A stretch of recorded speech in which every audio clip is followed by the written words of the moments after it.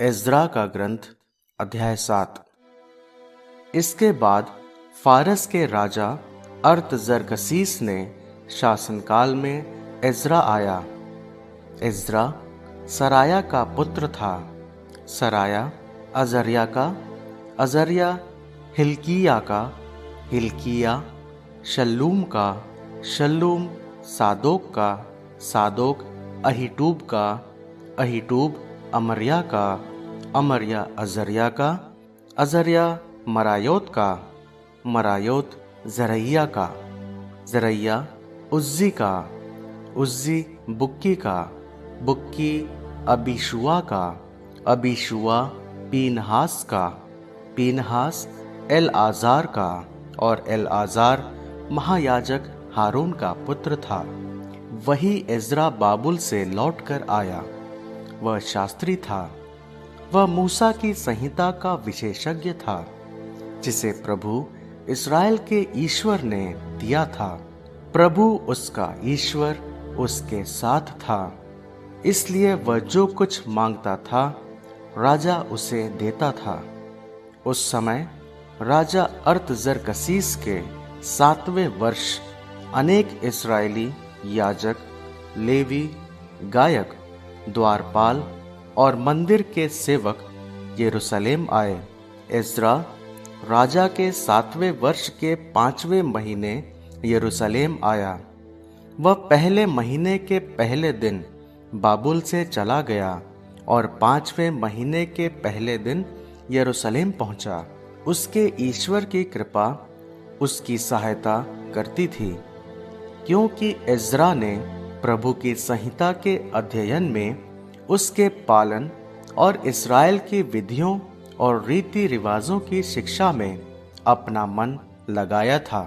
जो पत्र राजा अर्थजरकसीस ने याजक, शास्त्री और प्रभु की आज्ञाओं तथा इस्राएल की विधियों के पंडित एज्रा को दिया था, उसकी प्रतिलिपि इस प्रकार है। याजक और स्वर्ग के ईश्वर की संहिता के ज्ञाता एज्रा के नाम राजाधिराज अर्थजरकसीस का पत्र। अभिवादन।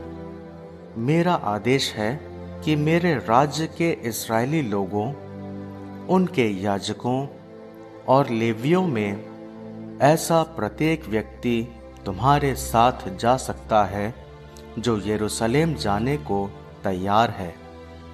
तुम राजा और उसके 7 मंत्रियों की ओर से इसलिए भेजे जा रहे हो कि तुम अपने ईश्वर की संहिता के पालन के विषय में यूदा और यरूशलेम में पता लगाओ, और राजा तथा उसके मंत्री यरूशलेम में निवास करने वाले ईश्वर को जो सोना चांदी स्वेच्छा से चढ़ाते हैं, और वह चांदी सोना जो तुम्हें बाबुल के प्रांत भर से मिलेगा, तथा वे चढ़ावे जो जनता और याजक यरूशलेम के अपने ईश्वर के मंदिर में स्वेच्छा से अर्पित करेंगे, वह सब ले जाओ।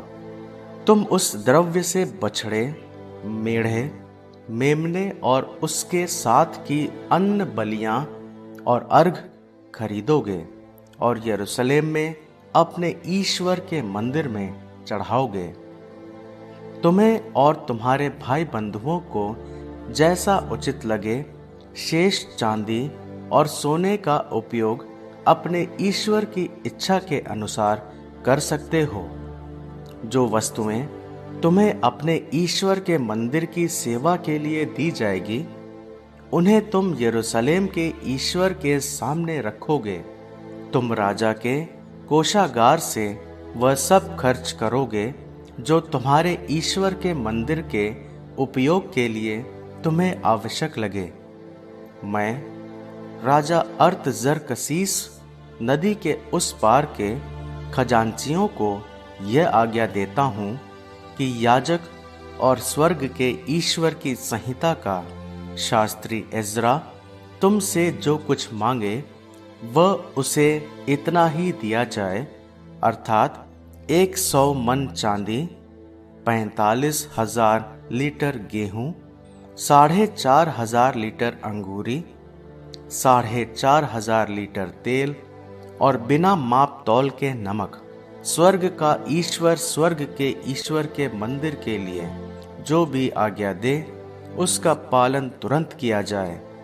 कहीं ऐसा ना हो कि राजा का शासन और उसके पुत्र उसके कोप भाजन बन जाएं। हम तुम्हें ये आदेश भी देते हैं कि किसी याजक, लेवी, गायक, द्वारपाल, मंदिर के सेवक या ईश्वर के मंदिर के किसी अन्य कर्मचारी से कर, उपहार या चुंगी ना ली जाए। और तुम एजरा, तुम अपनी ईश्वर प्रदत्त बुद्धि के अनुसार न्यायाधीशों और पदाधिकारियों को नियुक्त करोगे, जो नदी के उस पार के सब निवासियों का न्याय करेंगे। उनका जो तुम्हारे ईश्वर की विधियां जानते हैं और जो उन्हें नहीं जानते हैं, तुम उन्हें उनकी शिक्षा दोगे। जो व्यक्ति तुम्हारे ईश्वर की संहिता और राजा की विधि का पूरा पालन नहीं करे, उसे दंड दिया जाए, या तो प्राण दंड, या निर्वासन, या जुर्माना, या कैद। प्रभु, हमारे पूर्वजों का ईश्वर धन्य है, जिसने राजा के मन में यरूशलेम में प्रभु के मंदिर का सम्मान करने का विचार उत्पन्न किया है, और मुझे राजा और उसके मंत्रियों तथा राजा के सभी शक्तिशाली पदाधिकारियों का कृपा पात्र बनाया है। प्रभु, मेरा ईश्वर मेरे साथ रहा, तभी तो मैं इस्राएलियों के बीच अपने साथ चलने वाले नेताओं को पा सका।